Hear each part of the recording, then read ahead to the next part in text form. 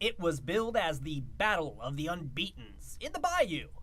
Okay, well, that might not look good on a t-shirt, but this was a great game for television, folks. A matchup of 3-0 teams on Monday Night Football, the Miami Dolphins and the New Orleans Saints. Early on, anyone's game, Saints up 7-3, but faced with a 3rd and 20 and the threat of giving the ball back to the Miami Dolphins, giving it back to them, giving them a little confidence, giving them, I don't know, maybe a chance to get in the game and steal one in New Orleans.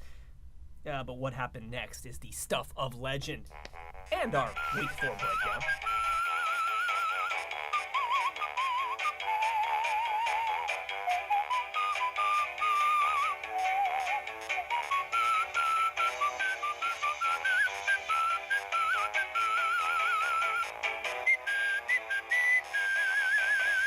Welcome back to a New Orleans Saints offensive breakdown. I am Frank Martin. We have hit Week 4 of the 2013 season, Miami in town. As I said earlier, things close as we check in on the game and our focus. A 7-3 game in the second quarter. Saints faced with a 3rd and 20.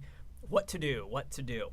Well, the answer is our focus. The screen game. They call it a screen. That's right. Saints do it better than most. And on this play, they certainly showed why they do it better than most. Let's get to the play. 10:27 left in the second quarter, 3rd and 20, like I said. 11 personnel on the field for the Saints, and kind of a balanced look out of the huddle. Almost immediately, though, Breeze does his thing, and the Saints are going to try to formation Miami. What they do is they send Stills across the formation, creating a trips look to the offense's right. The Saints will also motion Jimmy Graham outside of the formation, so he becomes a split end on the left side of the offense's formation. The Dolphins now, they show coverage on this play, and why not? It's 3rd and 20. They're looking to keep everybody in front, make a tackle, get the ball back.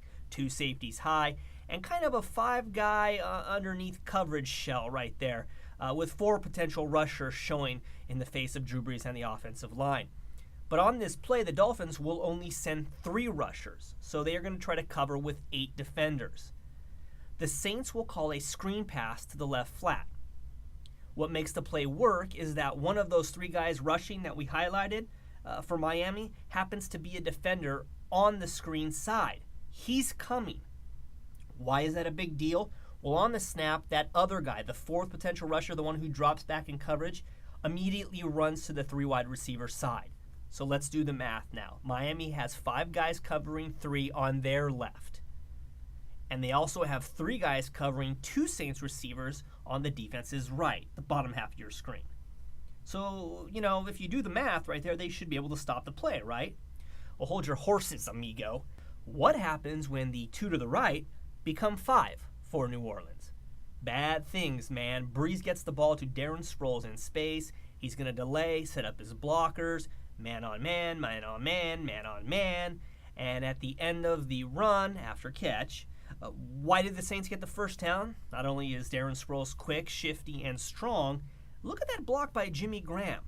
Right at the marker, good enough to delay the defender from making the play.